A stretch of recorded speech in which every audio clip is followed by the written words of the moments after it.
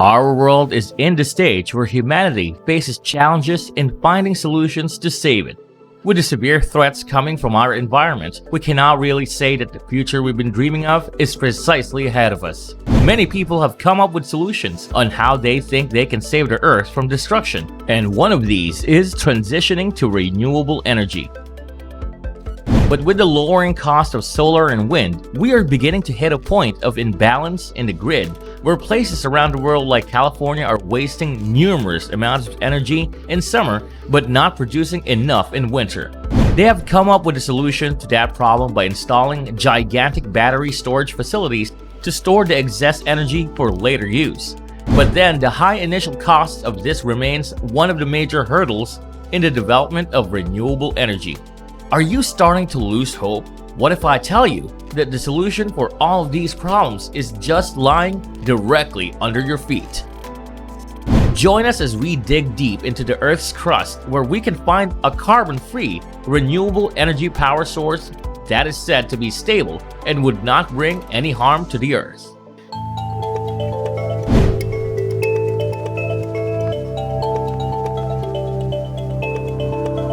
The use of solar and wind energy started to grow worldwide. Many companies, such as Elon Musk's Tesla, use this kind of energy with the mission of accelerating the world's transition to sustainable energy through increasingly available and affordable electric vehicles and energy products. However, the intermittent power generation of these energies characteristics has kept many researchers and companies searching for another solution without using batteries for storage. Many people are championing things like thorium reactors and small modular reactors, which are said to develop safe, clean, and affordable nuclear power options.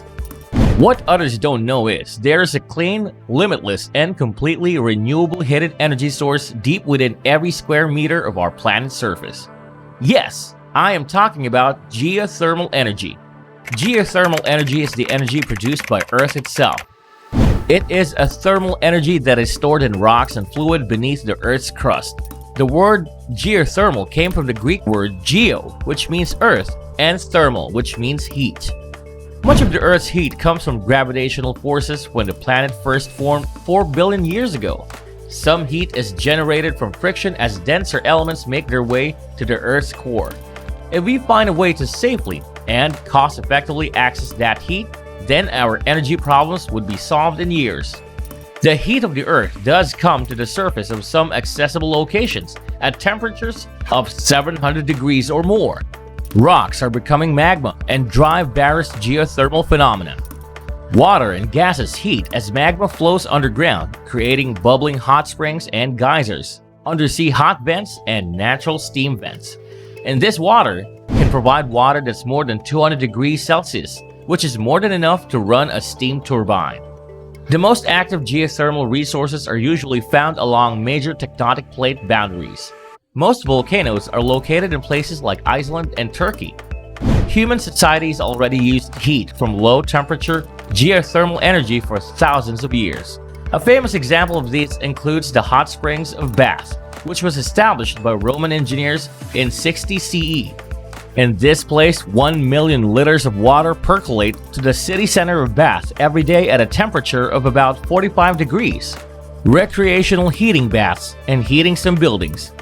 But convenient locations like this are rare, and the ones that can provide water with enough heat for turbines are even rarer. If you want to find the first geothermal power plant in the world, you might want to go to Tuscany, Italy in the early 20th century. The creation of the first geothermal power plant was all thanks to Prince Piero Gennaro Conti, who initially worked for his father-in-law Florestano de Lardurel to process boric acid.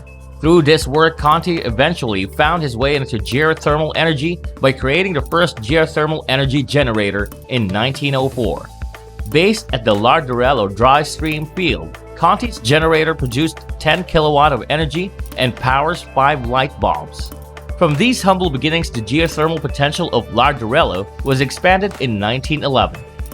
In an area known as the Devil's Valley, the world's first geothermal power plant was completed in 1913. Now we have 3 basic types of geothermal generators. All of these 3 share the same basic idea, which is to take hot water or steam, from a geothermal reservoir and run it through a steam turbine, where it loses energy and condenses before being pumped back underground to keep the cycle going. Dry steam generators take the steam directly from the source to run a turbine. A flash steam power plant takes extremely hot water under pressure above 100 degrees and expands it quickly to lower its boiling point and turn it into steam to run the steam turbine.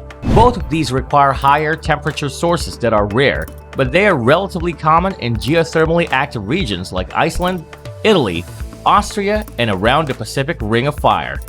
Geothermal energy is prevalent in these locations. It is expected to grow by 28% in the next 4 years, with countries in Southeast Asia expected to see the largest growth like Indonesia and the Philippines. But what about the other countries? Of course, we have the goal to exploit geothermal energy outside of these regions. If we cannot transfer this energy, we'll lose its power due to the resistance in the cables saps it away. So with this, the third type of generator can provide this potential for expanding geothermal energy as it can utilize the lowest temperature sources.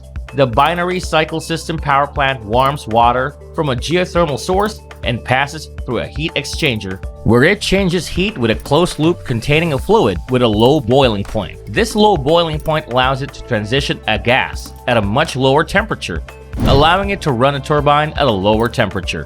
This system has allowed countries that lack any shallow depth geothermal resources like Germany to grow their geothermal energy market in recent years, with temperatures as low as 100 degrees Celsius being utilized. That figure is important because the higher the temperature is, the deeper we have to drill, and the deeper we drill, the more expensive it becomes. As to the problem of providing other countries with geothermal energy, a new technology by the name of enhanced geothermal system is produced. There are areas with scorching rocks under the ground, but they are too dry and impermeable for traditional geothermal systems, and EGS was created to work around the issue of hot rocks lacking in natural permeability or fluid saturation. This system drills well into a formation of hot rock, then a fluid at high pressure is injected into the subsurface under precise conditions, causing the reopening of pre-existing fractures, which increases the permeability of the rock. A report by MIT in 2006 found out that EGS could provide electricity at a cost as low as 3.9 cents per kilowatt hour, roughly equivalent to a coal-fired power plant. On top of that, a study showed that the cost-effective worldwide potential is expected to be 6 TWE in 2030 and 108 TWE in the year 2050. Now I know that this sounds like a lot of the controversial practice of fracking, but it isn't. EGS does not use toxic fracking fluid that seeps into our water cycle. Instead, it uses water and some safe additives. This is indeed groundbreaking. And by groundbreaking, I mean there are existing concerns about the injection-induced seismicity in EGS systems. Recent quakes around the world have frightened those living near EGS sites and sparked controversy over the technique. In 2017, a magnitude 5.5 earthquake shook Pohang, South Korea. It was followed by dozens of aftershocks. The quake can be felt by people across the entire country, and the aftershocks keep coming. Which cost $75 million in damages, injured dozens, and forced more than 1,700 people into emergency housing. And research clearly tied that this event was caused by the drilling of EGS in the area. It came down to the water being injected into one of the wells, activating a previously unknown fault that went right through that well. The water and the pressure created a scenario that basically greased the skids and made it easier for the fault to move. But the odds of events like this are actually pretty low, so proper precautions and risk assessments must always take place.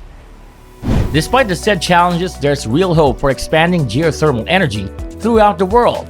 It still has a lot of room for improvement as it still relies on the investments, research, and resolution of its technical challenges. It is geographically limited, but it will most likely never match the scale of its renewable brothers and sisters. What do you think? Are you looking forward to seeing geothermal power plants in your country? Let us know in the comments below. We hope you enjoyed and learned something from this video. If you did, make sure you like this video and subscribe to our channel for more awesome and substantial videos like this one. Thanks for watching.